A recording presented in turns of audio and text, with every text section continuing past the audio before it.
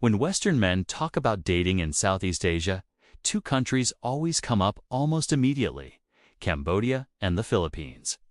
They are often spoken about in the same breath, grouped under vague labels like traditional, family-oriented, or easy to date. But anyone who has actually lived, dated, or observed closely in both countries knows this. Cambodian women and Filipinas are shaped by very different histories, social structures, and emotional worlds. And those differences matter far more than stereotypes. This video is not about ranking women, glorifying one, or attacking the other. It is about understanding cultures. Because when men fail abroad, it is rarely because of women. It is because they misunderstood the environment they walked into. Let's begin with the cultural foundations. Cambodia is a country shaped by trauma, silence, and survival. The Khmer Rouge did not just destroy buildings and lives, it fractured social trust, disrupted family lineages, and rewired how emotions are expressed. Cambodian women grow up in a culture where restraint is strength, where emotional expression is often quiet, subtle, and internalized. Respect is shown through composure, not dramatics. Many Cambodian women are raised to be modest, reserved, and extremely aware of social boundaries. Public affection is limited. Loud confrontation is discouraged. You are expected to read between the lines. The Philippines, by contrast, is loud, expressive, emotionally open. A country shaped by Spanish colonialism, Catholicism, American influence, and a long culture of storytelling, music, and performance. Filipinas grow up speaking their emotions out loud. Laughter is public. Tears are public. Arguments are public. Love is public. Where Cambodian women communicate through silence and subtlety, Filipinas communicate through words, tone, gestures, and emotional energy. This single difference already determines the experience most foreign men will have in each country. In Cambodia, dating often feels slow, restrained, and deeply layered. A Cambodian woman may like you and never say it directly. She may show affection through actions rather than words cooking for you, checking on you quietly, remembering small things you said weeks ago. She will rarely chase aggressively. She observes first. Trust is built slowly. And once it is broken, it is rarely rebuilt.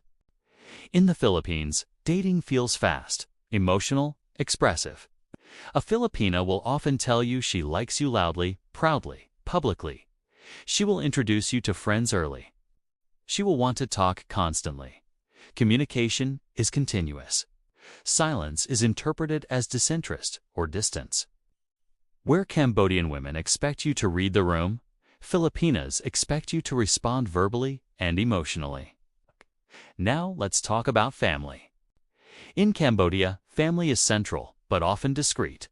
Cambodian families may not openly interfere in relationships, but their approval matters deeply. Many Cambodian women are deeply responsible toward their parents and siblings, especially in poorer families where daughters carry major economic burdens. A relationship is not just emotional, it is logistical. Can this man contribute stability? Can he protect? Can he respect family hierarchies? A Cambodian woman may not tell you these expectations directly, but they exist powerfully. In the Philippines, family is openly involved. You are not just dating a woman, you are entering her family orbit almost immediately. Expect to meet cousins, aunties, neighbors, church friends, all within weeks. Filipinas often speak openly about helping their families financially, and many men are shocked by how early money discussions enter relationships. This is not gold digging, it is structural. The Filipino family model assumes shared economic responsibility. Now let's address something men obsess over: loyalty. Cambodian women are often intensely loyal once committed, but loyalty is silent. They do not announce it. They demonstrate it through consistency, patience, and endurance. But if disrespected publicly, humiliated, or lied to repeatedly, they detach quietly and permanently. Filipinas are loyal too, but emotionally vocal about it. They expect visible commitment, public acknowledgement, social media presence, emotional reassurance. When they feel insecure, they speak. When they feel neglected, they confront. When they feel betrayed, it becomes dramatic, not because they are weak, but because emotional transparency is culturally normalized. Now, let's talk about jealousy, because this is where many foreign men collapse. In Cambodia, jealousy exists, but is controlled. A Cambodian woman may notice everything and say nothing. She may observe your patterns, your inconsistencies, your tone shifts, and draw conclusions silently. By the time she speaks, she has already decided. In the Philippines, jealousy is expressed openly. Expect questions. Expect emotional reactions. Expect discussions. Silence is not her weapon. Conversation is. This leads to very different male experiences. Men who are emotionally lazy, unavailable, or inconsistent tend to fail harder in the Philippines because they are constantly called out. In Cambodia, they may appear to succeed initially because nothing is said until suddenly everything ends with little explanation. Now let's address the elephant in the room, the easy myth. Neither Cambodian women nor Filipinas are easy. What is easy is access, not intimacy. In the Philippines, English fluency, social media culture, and tourism have made communication extremely accessible. This creates an illusion of emotional openness, being sexual availability. Many men confuse friendliness with romantic intent. In Cambodia, language barriers and reserved behavior create the opposite illusion that women are submissive or passive. They are not. They are selective, culturally disciplined, and deeply aware of reputation. Now, let's talk about modernity. Filipinas are among the most globally connected women in Asia. TikTok, YouTube, K-dramas, K-pop, Western dating culture, feminism, all flow through Filipino society at high speed. Expectations evolve fast. A Filipina today is very different from a Filipina in 2005. Cambodian women are modernizing too, but more unevenly. Urban Phnom Penh women are worlds apart from rural Cambodian women. Some are hypermodern, career-driven, assertive.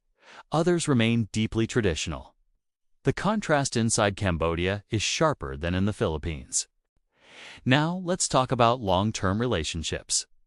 Men who want emotional warmth, expressive affection, open communication, and vibrant social integration often thrive with Filipinas, provided they are emotionally available and financially stable. Men who want peace, emotional subtlety, quiet loyalty, low drama, and culturally conservative structures often thrive with Cambodian women, provided they are respectful, patient, and culturally observant. Where men fail in both countries is when they treat women as interchangeable experiences instead of culturally grounded individuals. Now let's address the darker side, exploitation. Both Cambodian women and Filipinas suffer from being fetishized, commodified, and stereotyped by foreign men who come not looking for relationships, but power. Some men travel not to love, but to escape accountability, responsibility, and equal partnerships. And both cultures suffer from this. But here is the truth many don't want to hear. Southeast Asian women are not your refuge from Western women. They are not a downgrade in standards. They are a different civilization with different expectations. And if you cannot handle emotional accountability, cultural humility, and long-term responsibility, you will fail, whether in Phnom Penh or Manila. So what is the real difference between Cambodian women and Filipinas? Not beauty. Okay? Not submissiveness, not loyalty, not sexuality. The difference is cultural psychology. Cambodian women are shaped by silence, survival, restraint, and long memory. Filipinas are shaped by expression, community, faith, and emotional visibility. Neither is better. Neither is worse. But they demand very different men. And the men who succeed are not those who compare women, but those who adapt themselves. If this video helped you understand Asia more deeply, not just chase fantasies, then you already stand above 90% of men who arrive here. There you have it, folks. If you want more deep, honest content about dating, culture, and life in Asia without the fake guru nonsense, subscribe, like, and share. And tell me in the comments which culture surprised you the most, Cambodia or the Philippines?